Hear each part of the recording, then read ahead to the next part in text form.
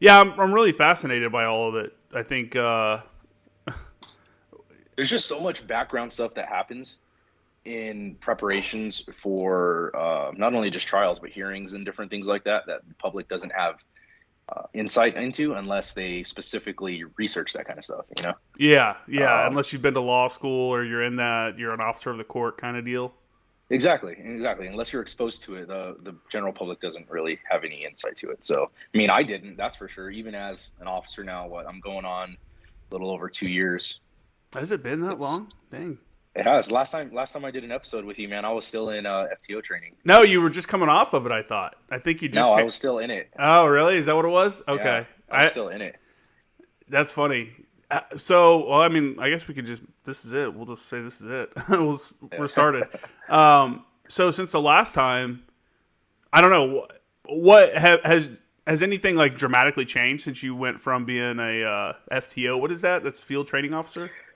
Yeah, so field training, they just call it FTO. So the person is the FTO. It's the Yeah. field training officer, but the process is loosely called FTO as well, just to signify that you're in field training with a trainer. Ooh, So yeah, last time actually, was. I'm going to cut you off real quick. Before I we good. keep going, can you turn your iPad sideways? So, anyways, Joel, welcome back to the podcast.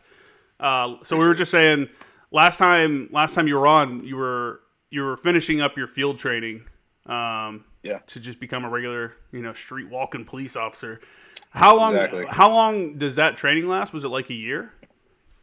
No, so the FTO process itself is like 3.5 to 4 months long. Some people will get extended in it, some people don't. But yeah, it's usually about 3.5 to 4 months long. I want to say closer to 4 months.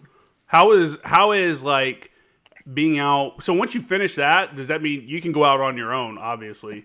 Do you Yeah, that's guys exactly what it means. do you guys normally go out by yourselves, or do you usually go out with a partner? So we're all in one man, at least at my department over here in Colorado, we're in one man cars. I know Okay. there's departments all over the country that have 2-man cars, if they have the manning power to do so. We're just not a department of that size that is able to do that. But yeah, we all take our own interceptor, the Ford interceptors, the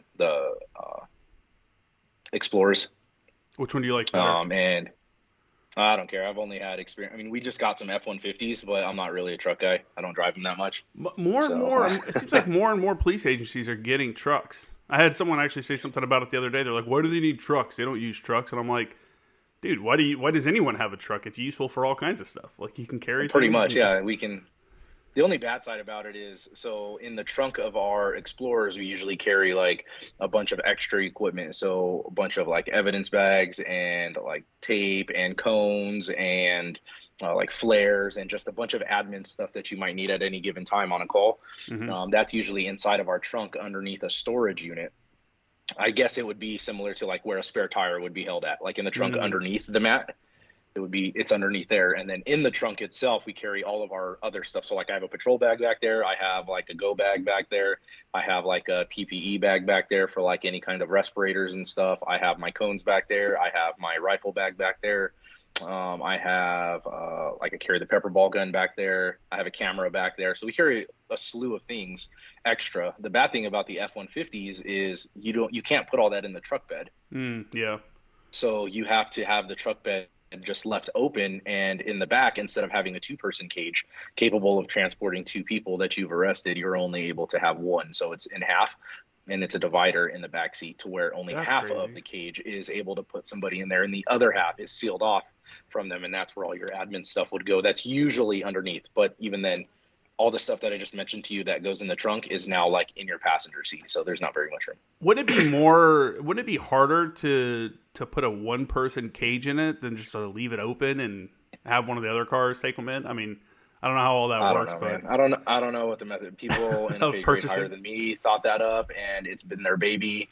And you know how that goes, especially in the Marine Corps. When somebody takes ownership of a project, For you can do sure. no wrong, and you can take no criticism for it. So Yeah. it is what it is. I don't ever drive them. I'm not, like I said, I'm not a truck guy. I feel like I would crash the shit out of that thing. I remember driving our MRAP, our 4x in Afghanistan, on like the little roads and villages and shit, Hmm. off of like 611 and stuff. And no thanks, man. I felt like I was going to kill somebody every single time I was going on there because they were just so close to the truck walking around, the kids running around, and just how big of a machine it was. Yeah.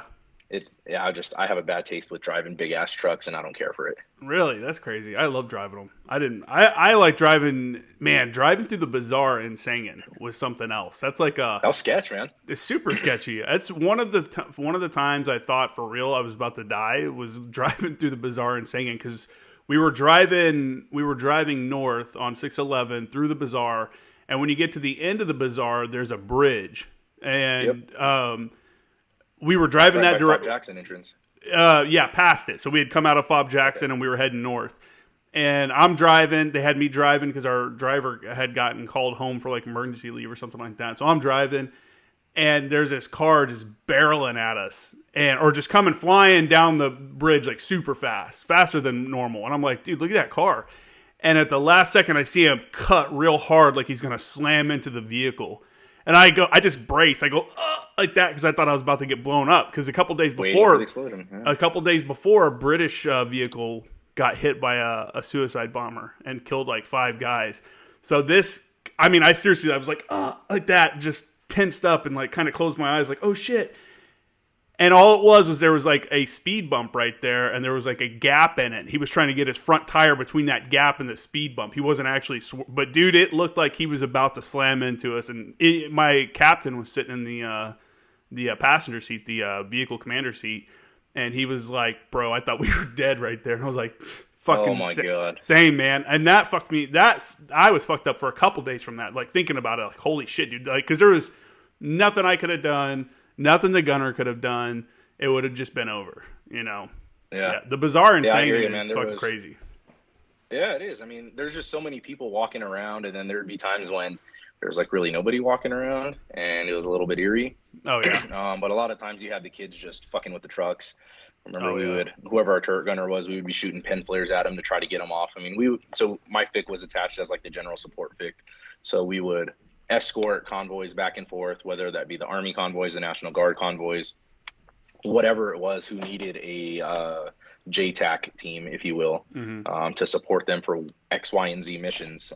We were the ones that were it, and we would go it. We weren't assigned specifically to anybody in particular. So it was good and it was bad at the same time. We didn't get to do all the high sexy things that people got to do, you know, with the Aussies and the Brits and the SFs and stuff like that. But we got to have a wide variety of experiences, and I think it was better that way, for sure. So we got to see a lot of Afghanistan. We went through 3 RCs. It was fantastic. That's awesome. I mean, if you're gonna be out there, I mean, there's nothing wrong with being on the road and like getting to see stuff. It kind of sucks that you're doing general support because you can't really build those relationships and kind of have like a good workflow with whoever you're working with. But yeah, it's cool that you bring that up too, because like you mentioned, you know, when an Anglico team would go to Afghanistan, some of them, there was a bunch of missions going on. There was like the Georgian liaison team missions that would go on, but then there was the missions like you had where they were either general support or direct support.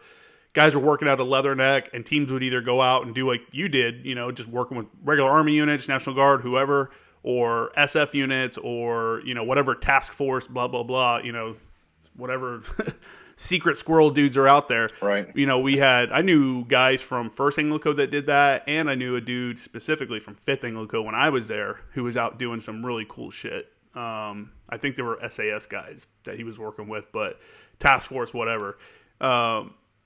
Yeah, man, it's just the luck of the draw for something like that. I think that's what it's. Yeah. Anglico is such a good opportunity, you know, something like that. Yeah, we didn't have any heartbreak over it or anything like that. It was just more so of it was a blessing in disguise, I think. For sure. How much of the stuff that you like did in the military carries over to the police force? Because, you know, that's the argument in the country right now, is that the police force is too militarized, and that the actual points of that can be argued too.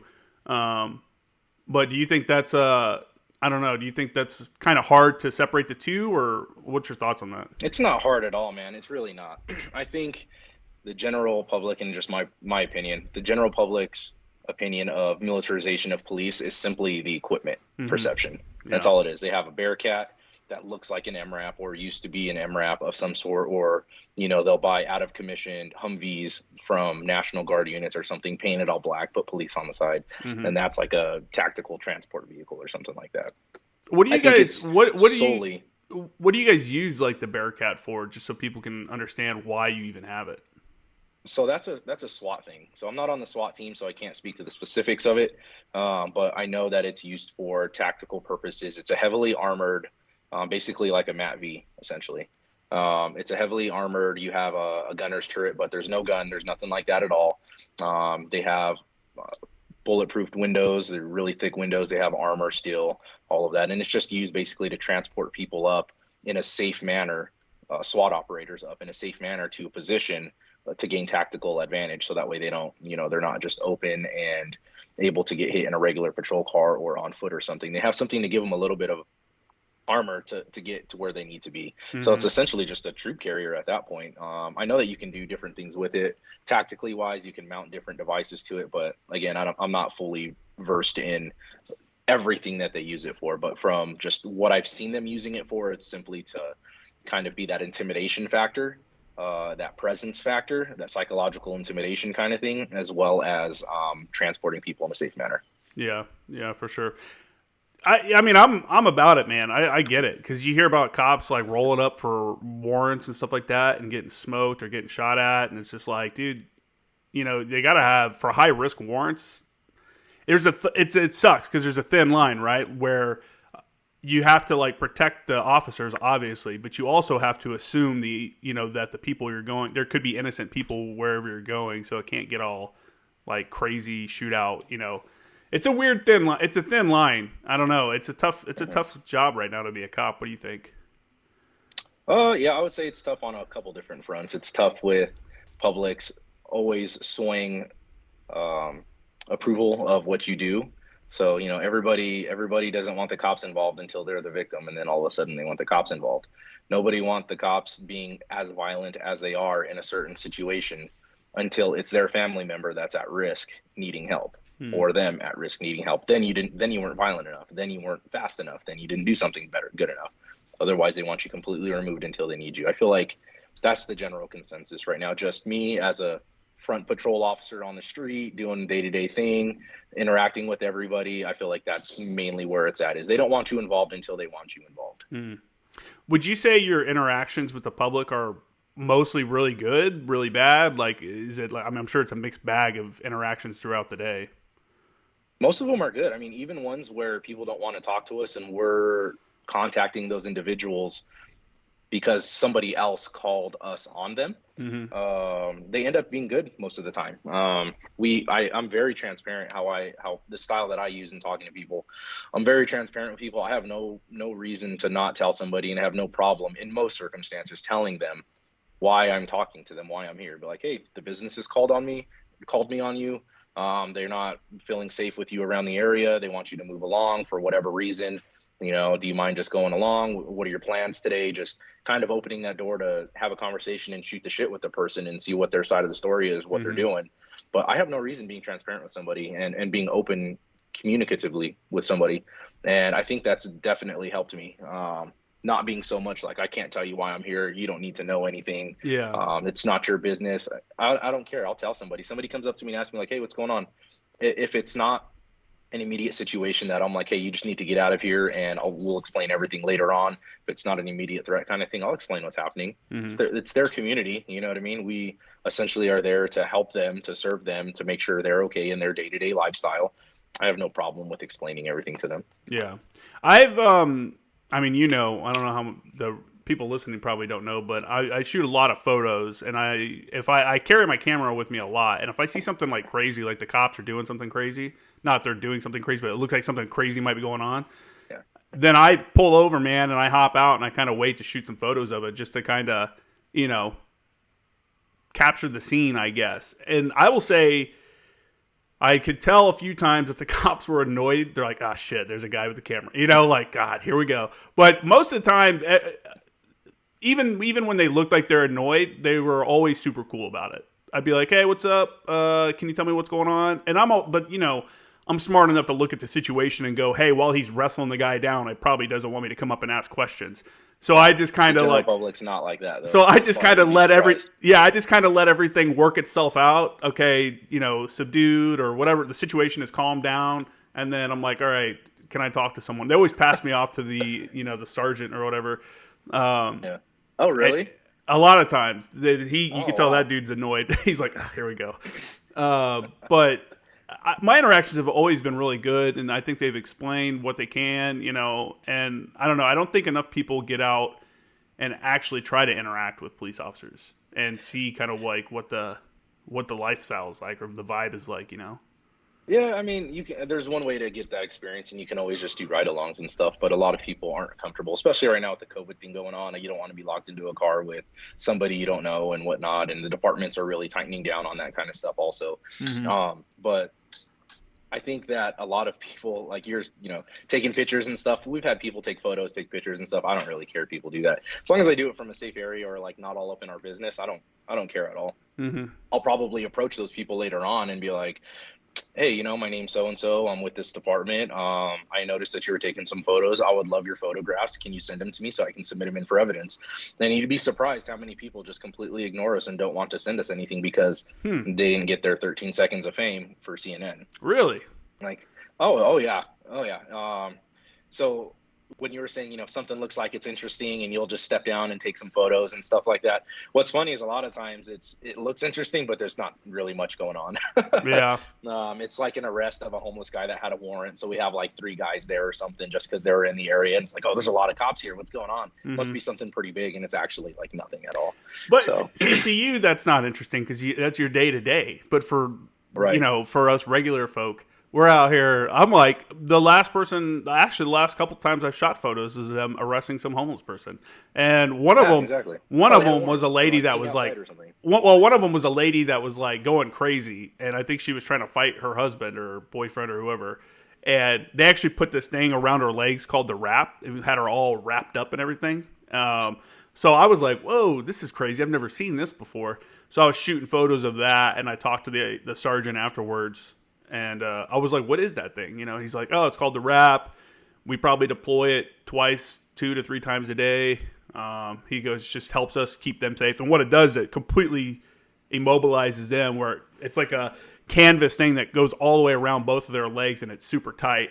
And they have to like lift them up and slide them into the car with like their legs straight and like they're setting up almost like a straitjacket kind of deal. But yeah, I mean that kind of thing. Similar to that. It's just like a strap basically though, like an inch and a half wide strap that it has a buckle on one side and it's basically a lasso that you can just pull tight and it just keeps their legs from. You can have better control of their legs, especially in the car if they're like trying to kick out the door or trying to do stuff like that. It kind of immobilizes them, but it's not necessarily a wrap like they have.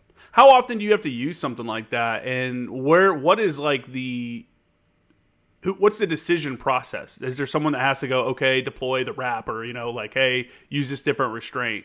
Like, do you have to get permission to do that, or is this something you just do in the process of? So we don't keep them as officers in our car. The sergeants are the ones that keep a lot of the tools available for us to be able to control somebody. Mm-hmm. The sergeants are the ones that will deploy those, make the decisions to use those, and keep them in their car and accountability of them. Everything extra outside of what we carry in our car and on our belts. So if there's anything that, like a wrap or something like that, I guarantee you probably a sergeant brought that over and used that. The decision making for it is basically if the situation warrants it, the supervisor will get on scene. It's usually going to be in like a use of force situation most of the time because the person's combative. You're not just going to do it on, somebody who's being cooperative and somebody who's like being in agreement with like, okay, yeah, let's go. I'm not going to fight you, anything like that. It's usually just multiple people having to control this one person like you had described.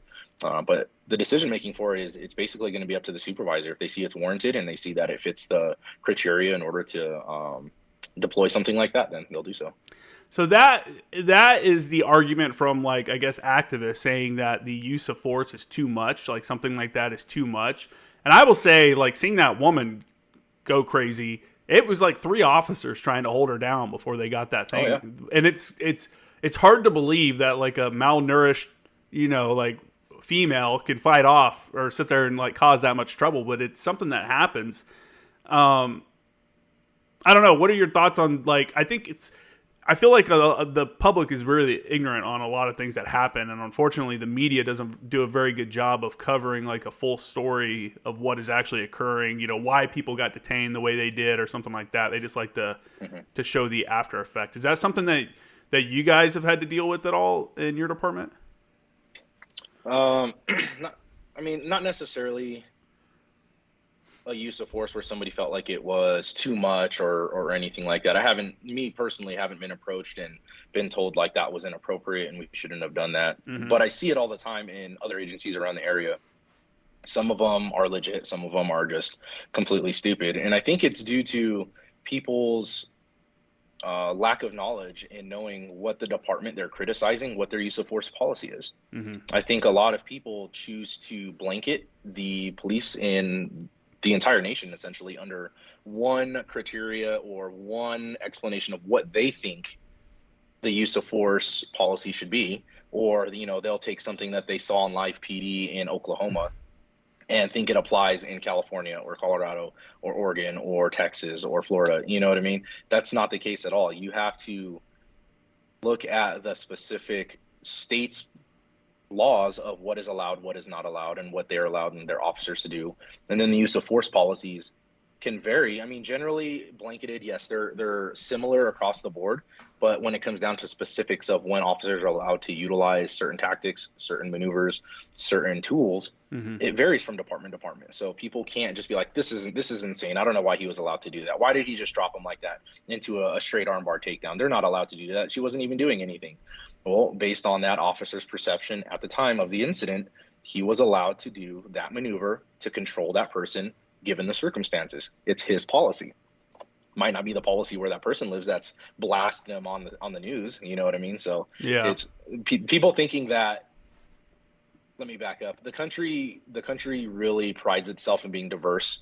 And you, on your road trip, when you did cross country, you saw how diverse the country was. For sure. So I think it's kind of counterintuitive to think that a blanket police policy and a blanket use of force policy can be applied to every single different type of diversity across the country. And that's how it should be when we're priding ourselves on being so diverse and knowing it's not the best use of our time and effort to blanket everybody like that, Yeah. Something that might be more applicable down in Louisiana might not be the best thing to do up in Wisconsin. So for sure, people want to pick and choose their arguments of diversity and when things they think should be applied, and it's just not working. Yeah, I'm all about like decentralized control, states' rights. Like the states are supposed to run it. The federal government's supposed to do a few things. We've let the federal government kind of overreach on a lot of stuff, and a lot of people think that the federal government should be involved in everything. They don't realize that it's supposed to be states' governments, taking care of most issues, with the federal government coming in to clean some things up, to kind of normalize some things that can be, your freedom of speech. Obviously, that's a nationwide thing. You're not going to change that from state to state and stuff like that. I don't know, man. It's trying to get anytime the federal government gets involved, I think they just fuck it up. So I'm all about, you're right, the diversity of the country. Too many people haven't left the United States or haven't even traveled around the United States and don't realize that, we look at the United States and it's one country, and we look at all the states, it's all one country. And then we look at Europe and we talk about how all these different countries are doing things differently. It's like, dude, we're more like Europe as a whole, than the United States is compared to like Germany or France or something like that. You can't really compare on one. It'd be easier to compare one of those countries to one of our states because that's more applicable. And having too much federal overreach, kind of fucks everything up because, again, like you said, a blanket policy doesn't necessarily work across the country where things are different everywhere. Restraints and stuff like that, I could see.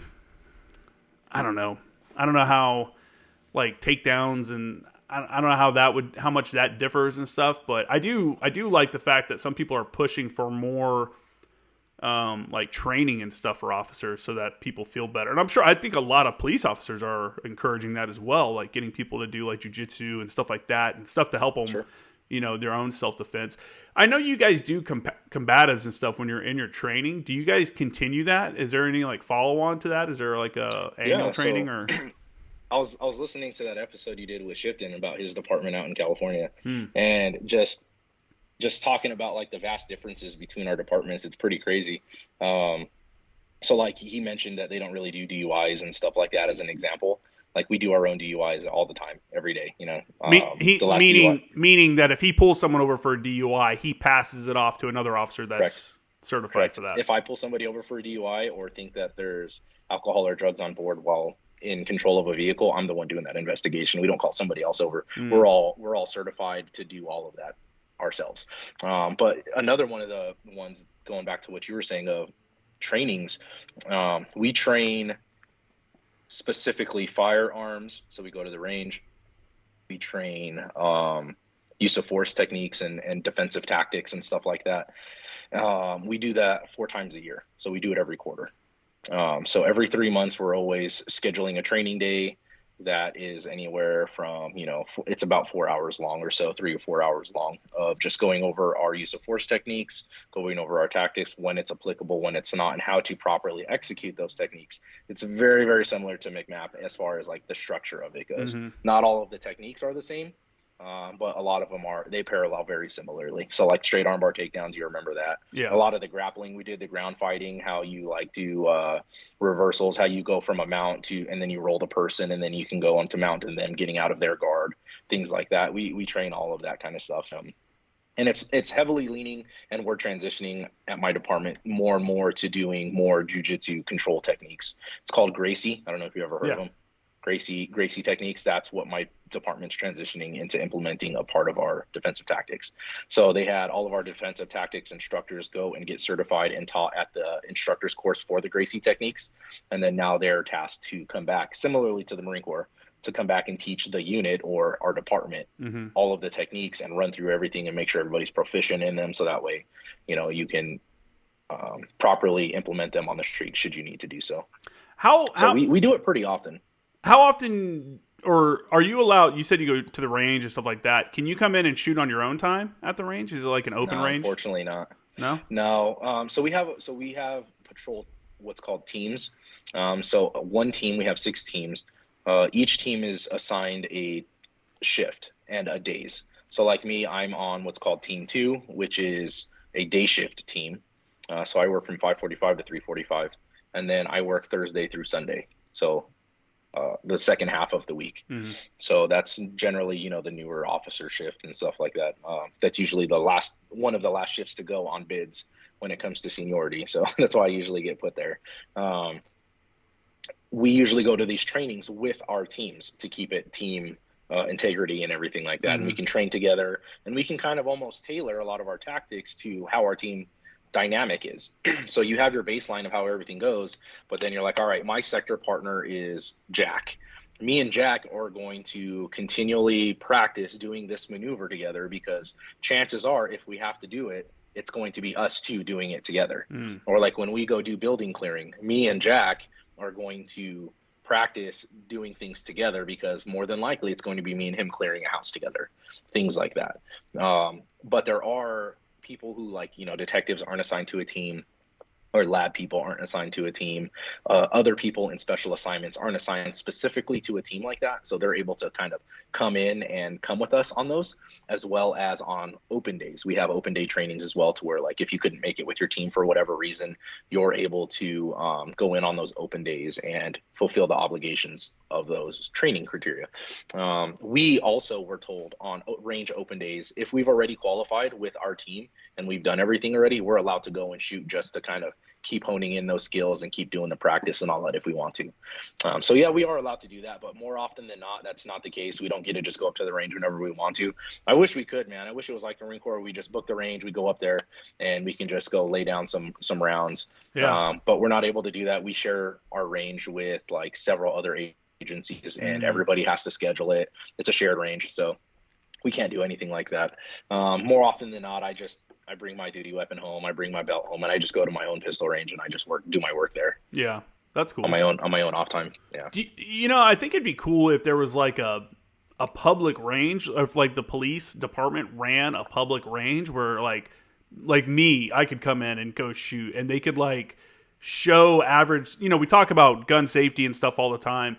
And there's a lot of people that go and buy guns, but they don't know how to use them.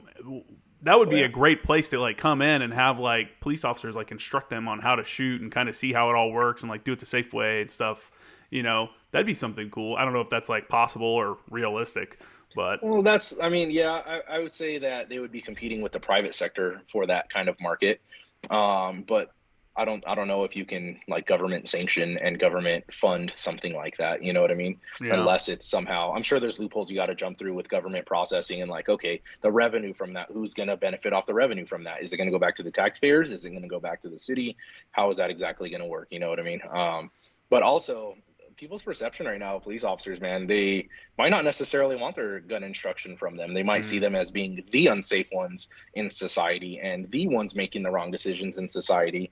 Public perception, man, you know, you might not have exactly a huge market for wanting people, general population people, to be trained by police officers if they're seeing them as being inferior in tactics and safety and stuff like that. That sucks, dude. Do you catch flack for being a minority police officer, like from average citizens and stuff? No, not at all. Oh, so the only time I've actually been hard hitted like racially was by another Hispanic dude. Yeah. I got called like a fake Mexican and like he's like, fuck you, puto, you're just a fake ass Mexican arresting your own people. And like he was going off, man. It was just in my face about everything. He was drunk though. I got called to him because he was starting shit at a barbershop in the area. And he reported being assaulted. So he claimed to be the victim. I went over there, talked to him at like a local area that he walked to call us.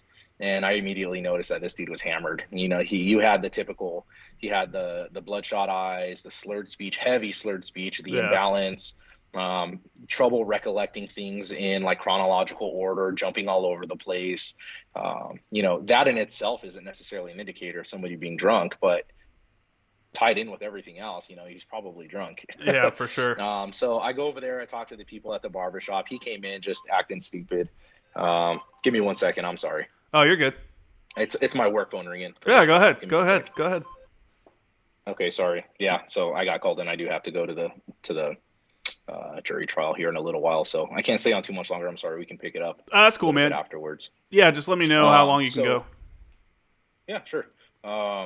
So we went over there and I just asked him what was going on. This guy came in and it was just basically causing a ruckus in the barbershop. So once I told him basically that he was going to be going to detox because certain criteria you have to meet, he's a danger to himself and others right now, walking around drunk, starting stuff with people being so volatile. And I was going to take him to detox. He just lost it on me and just began the racial slurs and stuff. But that was the only time I've ever been actually singled out for being a minority officer.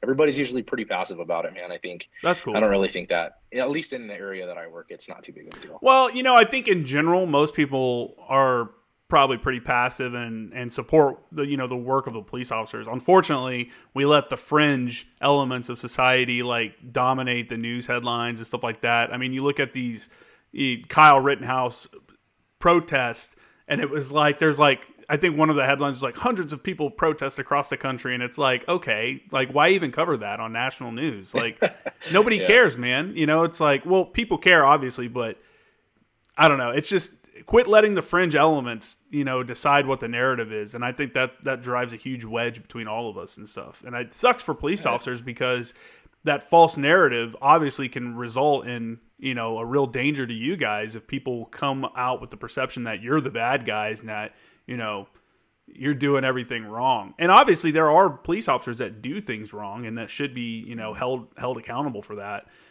for what they do. If let's say someone says you did something wrong, what's the process for that? Like a civilian, let's say you arrested that guy and he was in the wrong. He almost broke my arm or whatever. Like, what's the process for that?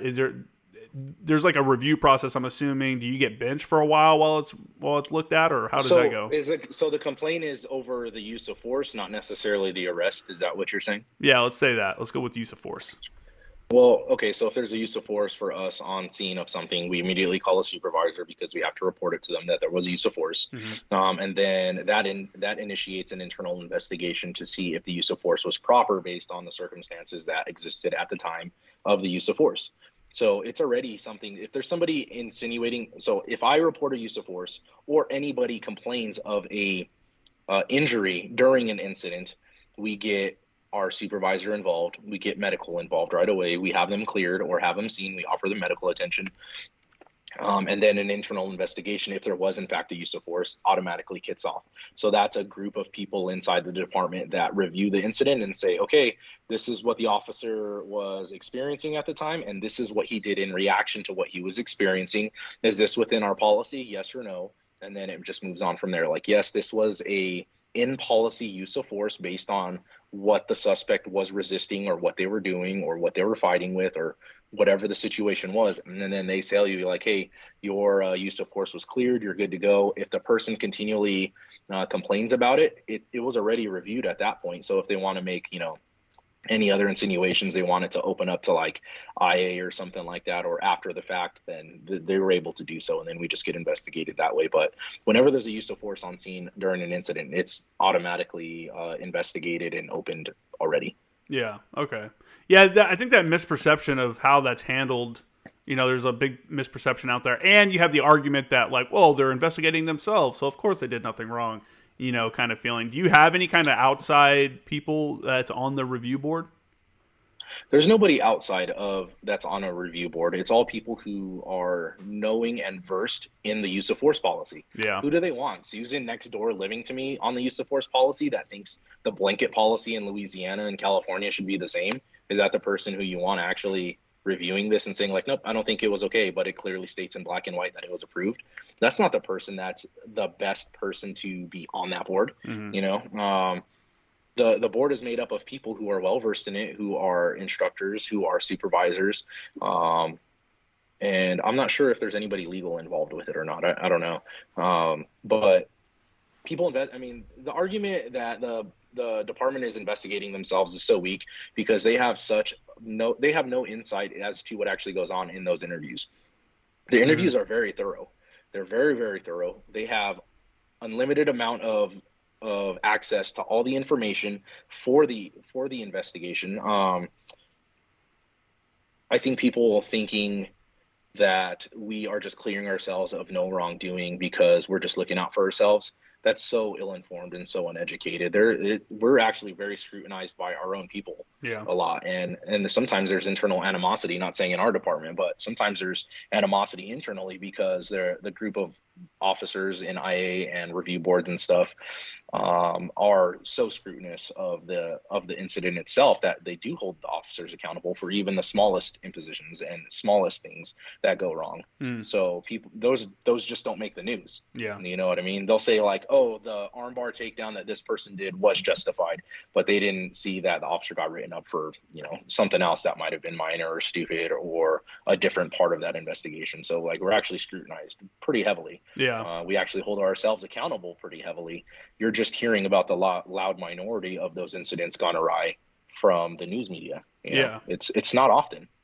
I see what you're saying about having only people that are involved in the system on the review process. Because how can you say, "Hey, did he do it by the letter of like our whatever how we're supposed to do it, or did he not?" I guess if I was going to say civilians should be involved, it would probably be in the process of coming up with new like techniques or new whatever, not necessarily on the review after they're already in place. Would you agree with that then? Well, who are the people that are going to be coming up with the new techniques then? Well, maybe it's a local. What are those people's backgrounds? Maybe it's a local jiu-jitsu, place that helps you guys out, or maybe it's someone else from a different department, an outside agency that comes in, something like that. And there are departments doing that already. Like take ours for example. We're implementing the Gracie techniques that are low impact, low violence, low injury risk to the officer and the suspect that it's being applied to properly on. All of these techniques are proven, are tried, and they are effective, and they are proven to cause little to no injury. But the people wanting us to revamp our policies and revamp the techniques that we use and stuff, there are things being done to do that. They're not just, caveman style club over the head type of things from like the 50s and 60s. That doesn't happen, man. You know what I mean? You're always evolving, Exactly. Yeah. And it's all up to the department to be progressive. The department itself, the higher ups, they have to be willing to take this step forward and wanting to go to things that are more effective. And, if you're going to be implementing new techniques to control somebody, you have to make sure that the officer can actually do it also. You know what I mean? So being weighed down heavily by like a duty belt, being weighed down by a bunch of equipment might not be the best option either. Mm-hmm. We're evolving in police, the typical, leather belt, polished buttons up the shirt with a stick and all that. Those days are over. You know what I mean? Just like in the Marine Corps, man, like the height and weight standards, your average Vietnam era scrawny guy, those days are over, man. The average guy that's carrying some shit is heavier, is faster, is larger now, because they have to be, because the equipment is heavier, the equipment is larger. That's what it requires. You know, like you always say, 100 pounds of lightweight gear is still fucking 100 pounds. For sure. So the officer that's implementing these things has to be fit enough to be able to do them, and has to be comfortable enough to do them.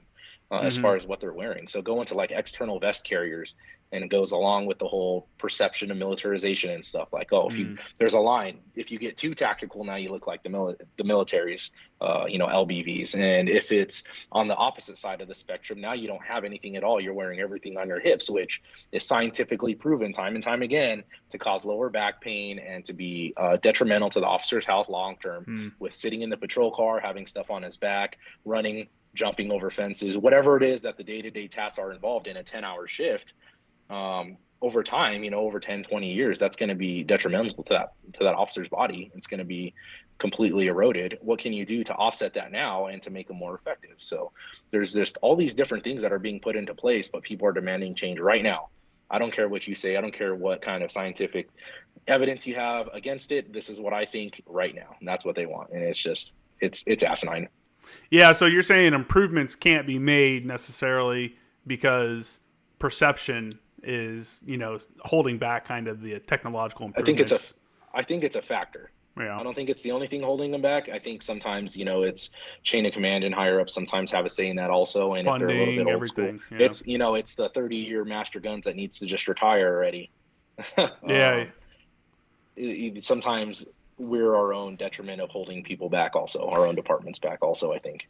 Are they pretty strict? Is the department itself pretty strict with what you can carry and not carry? Like if you say you wanted to bring your own vest in, are they like, okay, you can only have this vest, or this vest? Or is it like... Yeah, so it has to meet certain criteria. Okay. The equipment that you use has to be on the approved equipment list.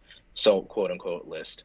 It's not necessarily an exact list, but it has to meet certain criteria. Like it has to be all black. You have to have like my external vest carrier that I bought myself. I still don't have plates for it. I'm waiting for donation plates to come in, just because they're so expensive and stuff. So and crazy. I don't want to drop. And it's plates, external vest carrier plates. I have soft body armor.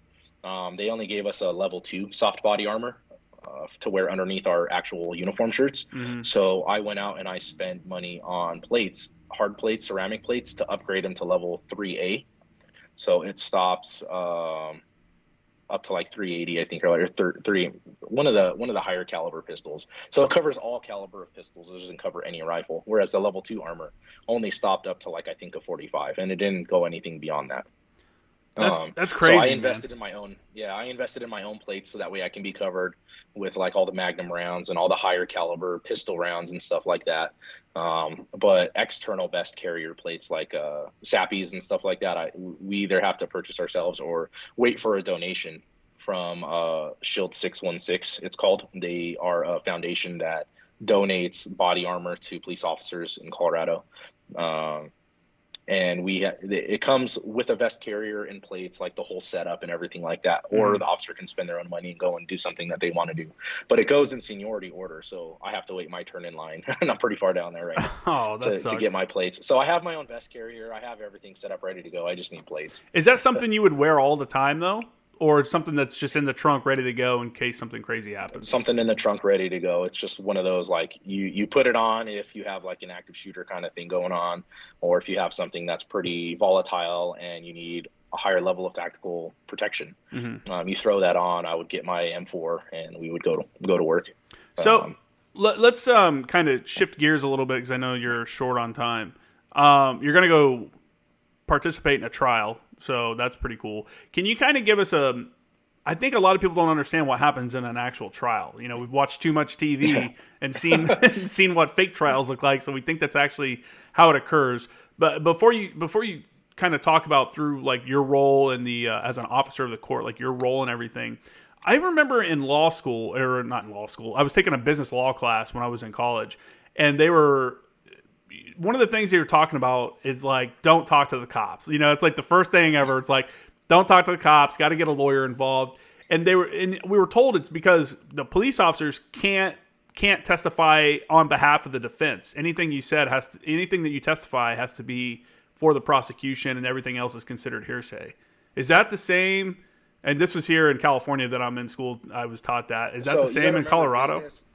Business law is civil in nature. You got to remember that. So that's like, it goes through civil courts and stuff like that, unless you're being prosecuted by the state for an actual like criminal crime. Yeah. Whereas the state of business law, the class itself is basically like an intro to law. It's called business law, but it gives you like an intro to all kinds of law, tort law, and everything else.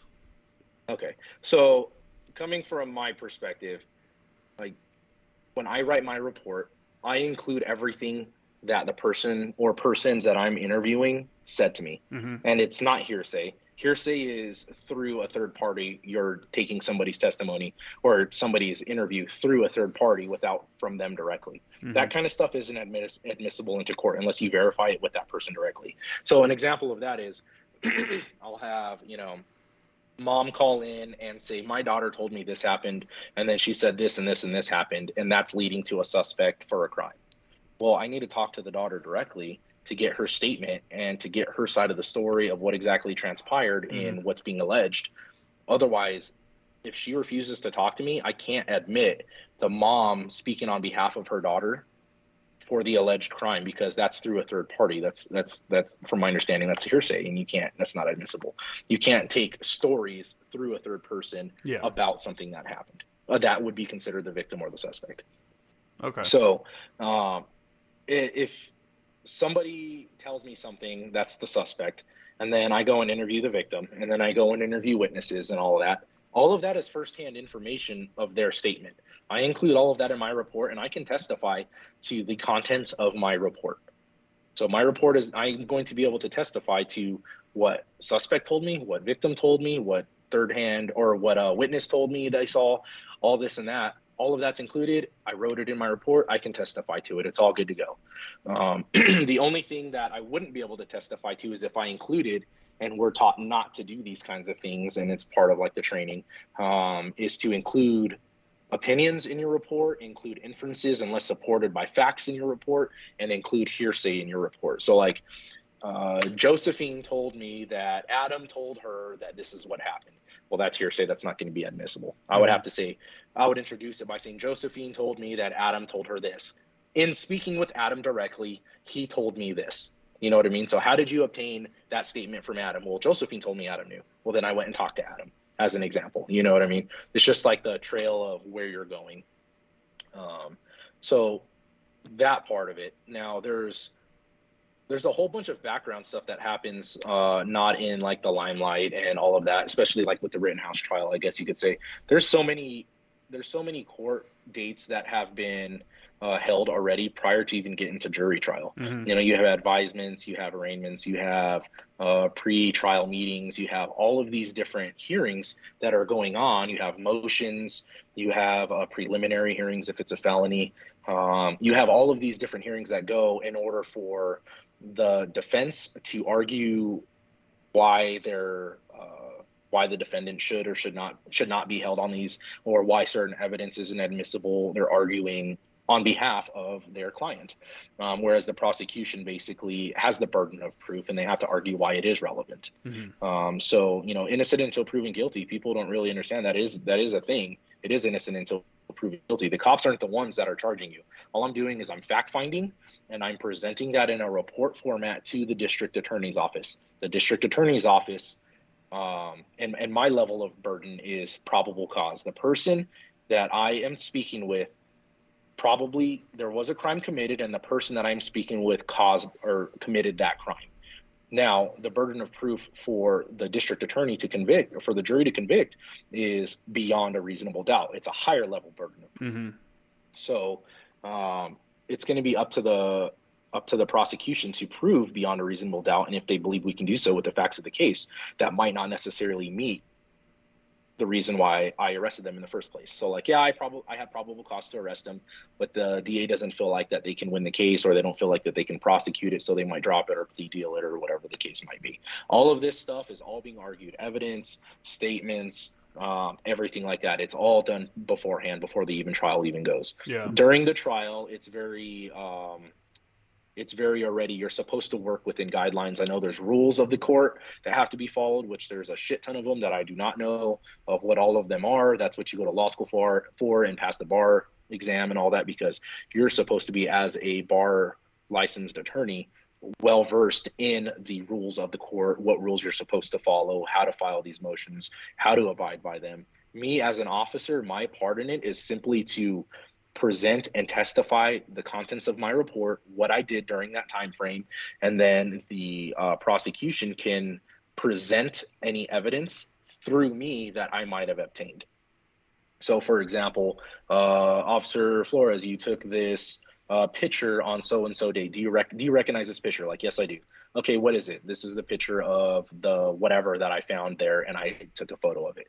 Okay, so I want to admit this piece of evidence into the court or whatever, and that's, they're using you to admit evidence that you might have obtained and you had knowledge of, as well as facts of the case that you had knowledge of pertaining to your report. So that's my part of it. Have you done a lot of trials? Have you been involved in a lot of trials? No, I haven't. I've only been in, less than a handful of them, because a lot of them end up pleading out or they get dropped, or yeah. I mean, that's a whole different conversation in itself. So going to court itself and seeing the evidence presented and how it's argued by both sides, did that make you like change the way you thought about policing on the ground, like gathering evidence and stuff on the ground, like absolutely, because that can obviously be thrown out very easily in court if you fuck up on the ground. Exactly, and that's where you learn. That's where the trial and error comes in. Is I've learned what I need to specifically look for and what questions I need to address on the front end from testifying, or from other people's testimonies of what exactly the defense was picking apart and where it lacked, where was the loophole. And it's not necessarily you're trying to like get the person, you know what I mean? If you understand what I'm saying. Yeah, like they're innocent, but I'm trying to make them look bad. Yeah, exactly. I'm trying to do a more thorough job in my point of it, in my part of it, because you have to include not only evidence and statements that point to the person's guilt of it, but also anything that shows that they might be innocent of it. Any alibis they might have for like a big name of it, anything that they said that they can prove that is counterintuitive or contradicting to it, pointing to them being the ones that did the crime. You also have to include all of that in your reports as well. Mm-hmm. So I try to basically see what I was hammered on, what I was grilled on, and what other people are also, and just kind of learn from that to do a more thorough and more complete job. And all that happens with is just experience, being guided by more senior officers, going through the fire of the trials and mm-hmm. getting grilled. The defense is, their number one job is to discredit you, make you look stupid, make you look incompetent, make you look like you didn't do a good job at all. And like, oh, so you really have no idea what you're doing, do you, officer? Oh God, that's got to be tough when you're sitting there. It's frustrating. Yeah. It's frustrating, but there's etiquette of the court that you have to follow. You have to be respectful of that. Mm-hmm. And you kind of just have to take it because, you're in front of the jury. The jury, maybe they'll realize that the defense is kind of being an asshole. Maybe they won't. But they'll see that all you can control is how you present yourself to be. Am I going to present myself as to be a professional, somebody who's cool and level-headed, who's articulate, who can speak intelligently, who doesn't really get emotional by being insulted by the defense, things like that, so. If you're, let's say you go to trial and you fuck something up on the ground and you get called out for it and case gets thrown out, obviously situation will dictate. On the back end, is there any kind of retribution or anything for you for not like maybe doing your job correctly? Or is there like, they're like, hey, he fucked this up, so we got to retrain him on this? Like, how does that work if it's identified that the police officers on the ground made a mistake in the trial? So before it even gets to the trial and submitted into evidence and all that, it's passed through several people. It's passed through several processes, and it's already been screened several times by people who are in either different positions than I or in higher positions than I. So like I collect the evidence on the ground, I explain how I collected it, and I submit it into evidence. Well, that has been reviewed several times already mm-hmm. by people, including the DA, and that has already been argued in like a motions hearing to exclude that evidence for X, Y, and Z reasons, whether it's improper procedure being followed or it was obtained and the chain of custody was lost in it, meaning, it was unaccounted for a bit of time. So there's a possibility it could have been tampered with.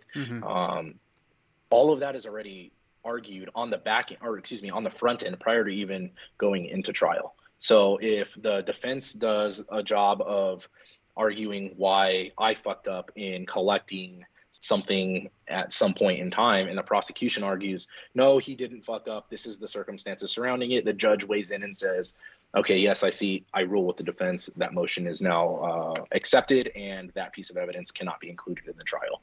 So all of that is done on the front end. But if that happens, even on the front end, is there anything that I don't know, what's the feedback for that? Because if you mess something up, obviously they're not going to be very happy about it, right? So with me, there's no feedback. I've never gotten feedback about stuff like that. I feel like that's one of the problems, and that's where one of my gripes is I would like more feedback from the district attorney's office of what exactly they did with the case and why they did it that way. So that way, either if I fuck something up, I can change it and I know what I need to do. Or if they're doing it just because it's political reasons, then I can just bitch about it. But I've never been given feedback as far as like, hey, you fucked something up in the case. Well, this is what you fucked up. I've never been presented with that. And I think that it kind of sucks because I would like to know where my deficiencies are so that way I can correct them. But yeah, it's kind of crazy. They're two different sides. That's kind of crazy. They wouldn't make that more public, I don't know. Yeah. When you guys are going out to get, when you're getting ready to go out on shift or whatever, is there like a priority of work? Like, hey, here's the crimes that we're kind of focusing on. We're not really worried about pulling people over for speeding because we're not going to, whatever. Or we're not worried about this because we know the prosecutor's not going to prosecute them for this. Is that like an actual conversation? Like, hey, we're going to prioritize these crimes? Or because obviously you can't in reality go and police everybody for every crime that's being committed, for jaywalking, for speeding 2 miles per hour. That's just not practical. So how do you guys hash that problem out? Well, we do prioritize when it comes to problem areas. So we have problem areas within our sectors of the city that, I'm assigned to a certain sector and I'm responsible for trying to not necessarily clean up, but just pay more attention to those areas. Specifically, like, okay, this apartment complex has been seeing a lot of vehicle break-ins and vehicle thefts. So we'll do extra attention there. We'll have extra patrols there. We'll be in the area more, have a presence more there during certain times of the day. So yeah, there is a priority and a prioritization of crimes and areas to an extent. We don't necessarily say we're not going to be pulling anybody over for speeding because we don't really give a shit about it, or like jaywalking and whatnot. It all depends on what's going on at the time. So, all the departments in the area are having staff shortages. So you don't have a choice but to prioritize what you're paying attention to and what you're not paying attention to. There's certain crimes and there's certain calls for service is what they're called. When you pick up a phone and dial 911, it initializes a call for service, which is you are calling us for service. We're not officer initiating things, meaning we're going out being proactive and finding and digging things up proactively. So a lot of times now, and especially with legislation being passed, it's like the state is wanting less and less proactivity and more just calls for service, like I initially told you about. Of they don't want you involved until they want you involved, kind of thing. So just because in combination with just legislation and also with just staff shortages and us needing to be available for high priority calls, like there's a shots fired or there's a physical disturbance or there's domestics or anything like that, we have to be available to respond to those things. We can't necessarily do so if we're just kind of focusing our attention on lower classed or lower level crimes. So like we'll patrol around the area, we'll drive around. If something is egregious, if something needs to be addressed right then and there, we're more than able to do so. It's our shift, we're able to do what we need to of it. They just ask that we just be proactive with it as far as handling things that need our attention, and they trust us enough to do so. They're not going to sit there and say like, only these crimes are being worked today, go find work. It's just, hey, you're an intelligent individual, we're trusting you to make decisions, to think through situations, and if you need to possibly engage in the use of deadly force, we're trusting you with that. So we think that you can probably handle this task. So like me, yeah, I'll go around and I'll drive around at any given time. And depending on the time of day, I usually know, okay, around this time is when people usually start having problems and we need to be available for a lot of stuff like, structure fires, there's arsons, there's people stealing shit from stores. There's just all kinds of stuff happening that need our attention as opposed to the guy jaywalking across the street. Is it a burden for people passing by? Yes, it is, but it's not necessarily a high priority. Yeah. Yeah, I think that's become a thing out here in California where the priorities have shifted a lot for a lot of things. And we have the laws have changed to where, like, I think they don't arrest anyone. It's a misdemeanor for $950 of property damage or less. So if someone comes and It's coming down also here. yeah, if someone comes and busts your car window, then that's under $950. They don't even get arrested for that. They can give them a ticket or something. It's so crazy. It's coming down there. Drug laws that has passed now that Schedule 1 and 2 drugs, which is like heroin, meth, fentanyl, things like that. Anything less than 4 grams of possession is a misdemeanor now. Then anything over 4 grams is a felony. So 4 grams is a lot. Yeah, especially when you're talking about fentanyl. Yeah. Oh, yeah. I mean, it usually doesn't come in like powder form like people are seeing or thinking it comes in. It's usually in these like little pills that are cut with counterfeit oxycodons and stuff like that. That's crazy. Yeah, we get people overdosing on those every shift, multiple times. People are overdosing on those. But they're also passing legislation. I think it's coming down in the spring, this next spring coming up, that usually a first-degree criminal trespass, which is a vehicle break-in, basically, is a felony right now. Well, now they're lowering it down to being a misdemeanor. So now it probably won't even be able to be jailed.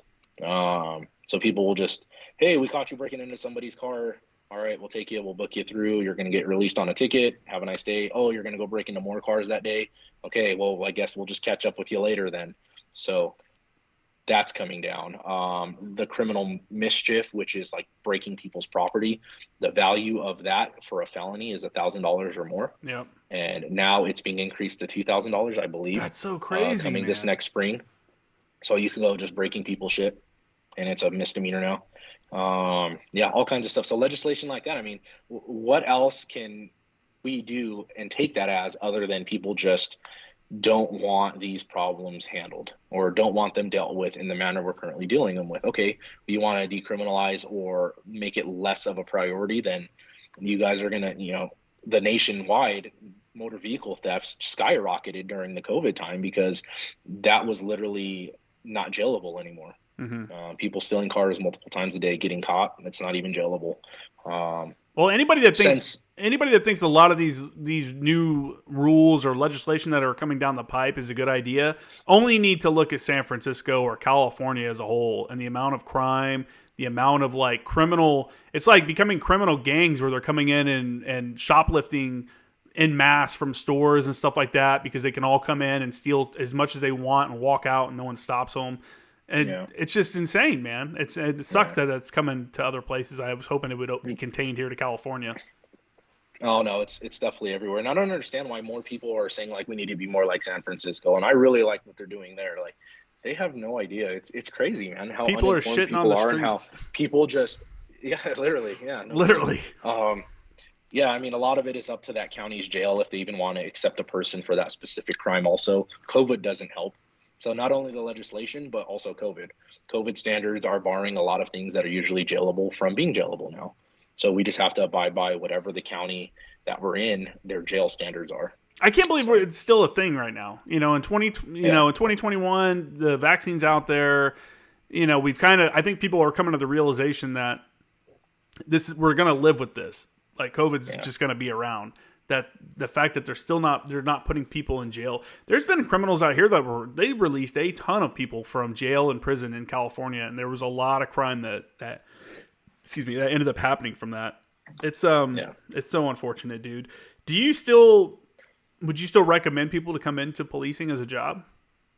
I think so. I have a lot of fun, man. If you can kind of separate yourself from the politics of it, don't get too tied up emotionally into like, I agree with this and I think it's bullshit and this and that. If you can actually just separate yourself from it, I mean, I have my own personal beliefs of it. I think a lot of it's bullshit, but that's not my job to feel like it's bullshit as just like a law enforcement officer. I can't let my own emotions play into my decision making. Mm-hmm. I just have to take the laws for what they are at face value. is what I have in front of me applicable or not? And if it is, then you arrest. If it's not, then you don't. You know what I mean? You have what you have, and if you don't have it, then you don't have it. If you can separate yourself from that and not just get too emotionally involved with kind of things, then yeah, absolutely. But if you're going to be one of those like activist cops and stuff like that, dude, you can't do that. You know, that when you're enforcing something that is voted on and passed by state legislature or local legislature, and it's voted on by the citizens and stuff like that, you as a one person law enforcement officer don't have the, who are you to try to change it and do it as you think it should be? You know what I mean? You work for the people. You have to abide by what they're wanting. And if you can separate yourself personally from that, then yeah, it's a great field. And you get paid really well, I think, in most instances for what you do. I think that the benefits aren't too terribly bad. I mean, yeah, there's always the risk factor. There's always the what if factor and stuff like that. But I mean, why, if you're worried about that, you shouldn't come to the job to begin with, you know, go and make more money at somewhere else that's less thrilling or whatever. But I'm happy doing it. I feel like I belong with the people that I'm with. They have the same kind of mindset with me. We talked about that of just, you know, it really mimics the team mentality when it comes to people, the given a fuck factor. Everybody holds themselves accountable. Everybody holds himself to that higher standard and strives to do better in what they do. I think a lot of the public doesn't see that. They think that it's just people earning a paycheck, clocking in, clocking out, and are just there to fuck with people's lives. And that's not the case at all. We actually do want to do better. We actually do want to become more proficient in what we do, find better ways to do things. And not only that, but keep each other, you know, safe and do what we have to do in order to keep the community safe. I have no problem with that. Yeah. Does it make it harder? Well, no, never mind. Is there any kind of like over time there's got to be some kind of burnout for some people. You know, some people got to start to getting burned out from just the grind and seeing. Unfortunately, you're seeing the underbelly of society on a daily basis. So you're seeing like the worst of the worst, or you're seeing tragedy. You know. There's not very often that cops are getting called for something fun. It's all like tragic situations or like people's worst moments and stuff. Is there any kind of like, I don't know, do you guys have like a therapy program, or is there a way to take like an extended amount of time off to like decompress from work, or what kind of programs do they have to keep officers like in the game and not getting burned out? So it goes by department, from department to department. Our department offers, you know, mental health services through a facility they contract with. So if at any point in time it becomes to the point that we need some mental health, and it's completely anonymous, they don't take notes, they don't do any of that stuff. They just have a conversation with you, let you decompress, let you give you some advice on how to do different things to help yourself mentally. So that's provided by our department. You get so many, I think, sessions free, or you get discounts after that. And they even extend it out to like family. So like if you're having marital problems because of your job and stuff, they'll give you a free few sessions, and then they give you discounted rates if you want to continue doing like marriage counselings and stuff like that. And then also, I think it's really on your lower level leadership. So like your immediate supervisors, your sergeants, to kind of recognize, much like we do in the Marine Corps, when somebody's just kind of fucked up right now. You know what I mean? You have to really know your people and know their level of mental fortitude, know their area of where they're just getting burnt out, recognize that, and then just give them the time they need off, give them the extended time they need off, give them any of the help that they need. It's really up to the lower level leadership to recognize that, and really up to the individual officer also to make that known. So like I'd be able to tell if my partner was just getting fucking over it, you know, he's changing the way he's doing calls, he's changing his demeanor, just things aren't right, you know, and we can have that conversation as peers, make sure he's okay. And I feel comfortable having that conversation just because we've been in that position before with prior experiences and, you know, having that conversation with other guys that we were on the team with. But I think a lot of people who haven't had those experiences or been in that type of situation might not be as open to having that conversation. You know, a kid right out of college at 21 and coming to be an officer, he doesn't really have any life experiences, or she doesn't really have the social skills to be able to open up to somebody about that, or recognize that and feel comfortable approaching somebody about that. But I think a lot of it is just internal. We have to be able to recognize ourselves when we need help. Our partners, we have to pay attention to them. And then our lower level leadership needs to really be paying attention as well. Well, I think that's a good idea that you guys are doing all your training together as a team to not only like maintain continuity of how you train and how you would respond to calls and like make it more realistic that way, but to also, since you're around each other all the time, kind of like it is in the military, then you can really tell if someone's a little off for some reason and kind of dig in if you need to and stuff. I think that's good stuff. Exactly. Yeah, man. How you looking on time? Yeah, I gotta run. That's cool. We can finish this here. When I get back, I'm open for the rest of the day if you want to. I have an overtime shift later on this afternoon. Totally up to you. I'm actually going to be busy for the rest of the day. This will be good enough, man. This is fine. This is a really interesting conversation. I think this is a. So, is there any kind of organizations you want to throw out there before we get off? No. What's the organization? What's the organization that donates plates? Can people donate to that? That'd be great. Oh, it's called Shield 616. Yeah, they can donate to that if they want to, and that's kind of just like a general pot organization that distributes plate carriers and plates and equipment, tactical equipment, helmets, stuff like that to law enforcement agencies in Colorado. So, every department gets a grant every so often, and they are able to purchase for the officers. So, I mean, that'd be cool, I guess. Shield 616, cool, man. Well, I appreciate it. Yeah. Everybody out there, make a donation. Help Joel get himself some body armor so he doesn't have to worry about it. Need some damn plates, man. Yeah, man. Well, good luck in court, I guess. I don't know what the proper proper thing is for that. I'll hit you up later about it.